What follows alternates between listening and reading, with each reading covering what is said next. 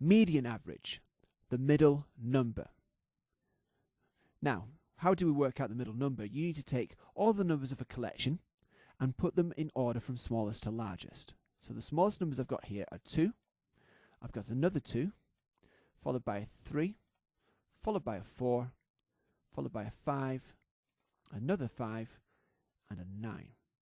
So the median, the middle number of this group of numbers is 4.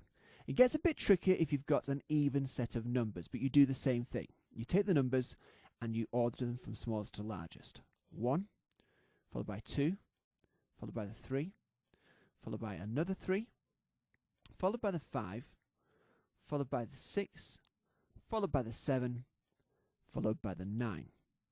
Now, you need to find the middle between these two numbers and work out what the middle is. And this is a fairly easy one.